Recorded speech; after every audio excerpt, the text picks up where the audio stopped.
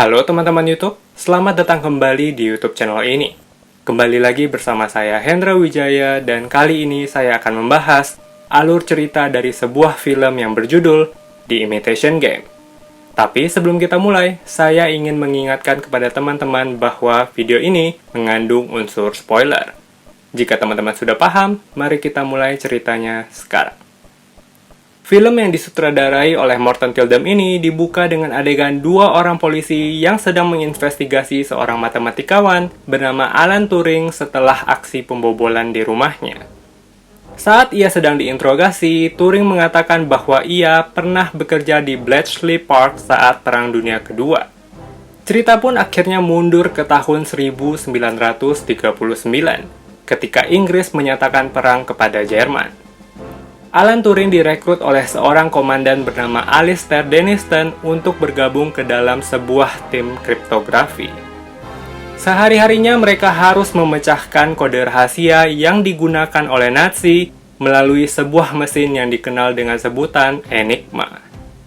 Tim yang terdiri dari Hugh Alexander, John Cairncross, Peter Hilton, Kate Furman, dan Charles Richards ini mengalami kesulitan untuk bekerja sama dengan Turing.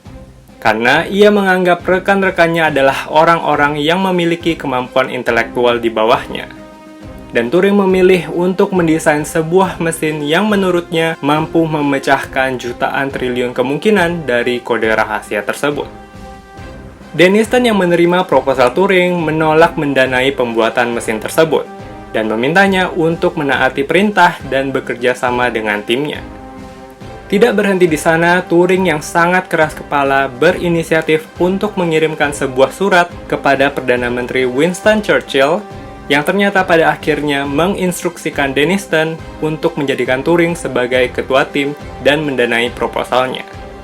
Turing yang sangat arogan dengan segera memecat Furman dan Richards dari timnya karena dianggap tidak kompeten. Untuk mencari pengganti mereka, ia kemudian menyebarkan sebuah tes berupa teka-teki silang yang sangat rumit melalui koran.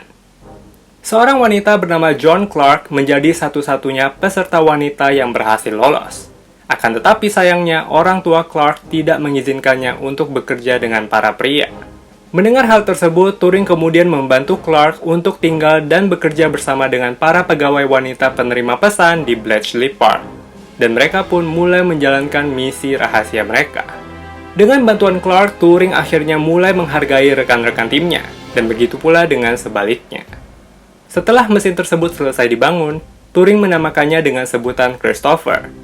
Namun sayangnya, mesin tersebut ternyata tidak mampu memecahkan kode Enigma yang terus berubah dengan sangat cepat setiap harinya.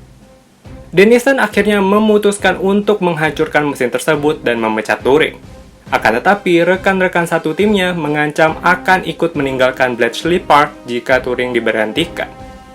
Clark yang pada saat itu juga diminta oleh orang tuanya untuk meninggalkan Bletchley Park segera dilamar oleh Turing. Ia pun dengan senang hati menerima lamaran tersebut. Pada malam pesta pertunangan mereka, Turing mengaku kepada Cairncross bahwa sebenarnya ia adalah seorang homoseksual dan memintanya untuk merahasiakan hal tersebut. Beberapa waktu kemudian di sebuah bar, Clark memperkenalkan seorang wanita yang merupakan rekan kerjanya di Bletchley Park kepada Turing dan Alexander.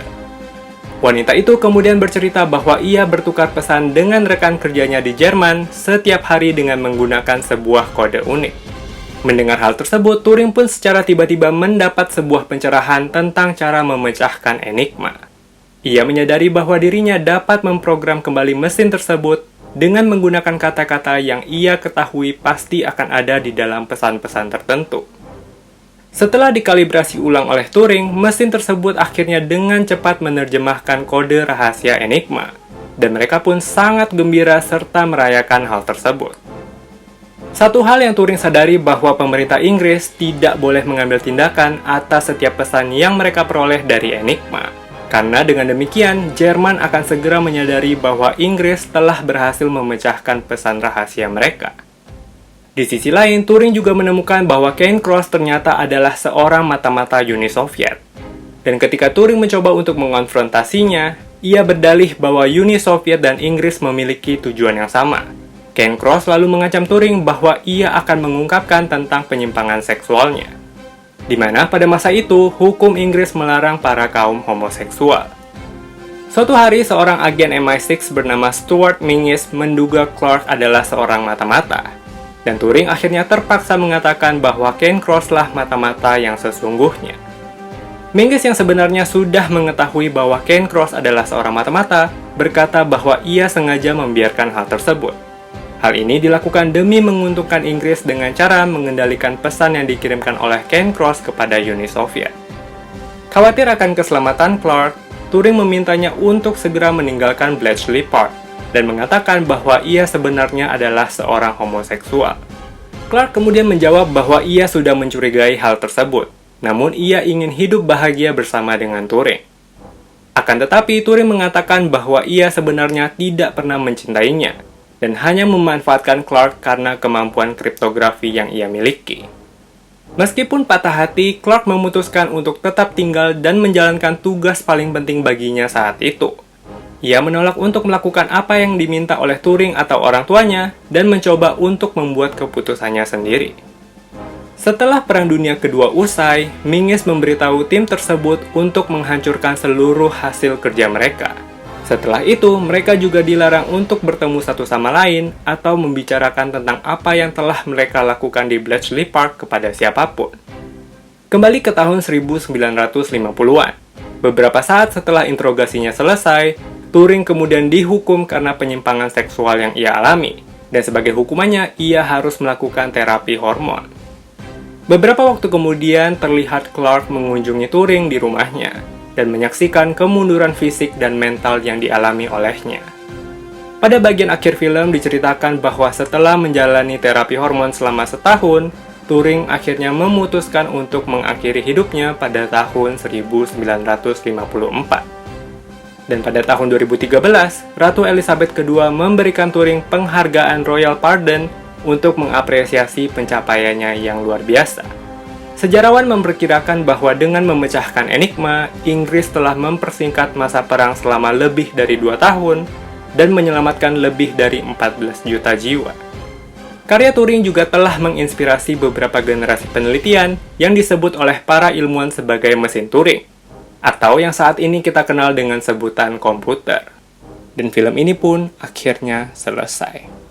Selama 114 menit, film ini membawa para penonton untuk mengenal lebih dalam mengenai sosok Alan Turing, yang diperankan dengan sangat luar biasa oleh Benedict Cumberbatch. Bagi para penikmat film yang senang menonton film dengan karakter utama yang sangat cerdas dan brilian, saya rasa The Imitation Game adalah pilihan yang tepat.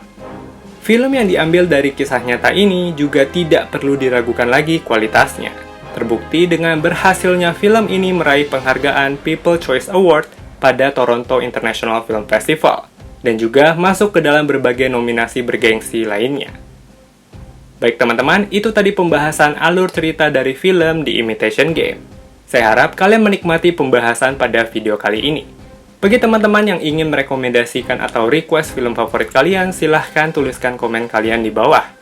Dan juga jangan lupa untuk like dan subscribe YouTube channel ini, serta menyalakan tombol loncengnya supaya kalian terus update setiap kali saya mengupload video terbaru. Terima kasih karena sudah menonton video ini, sampai jumpa di video berikutnya dan semoga hari kalian menyenangkan.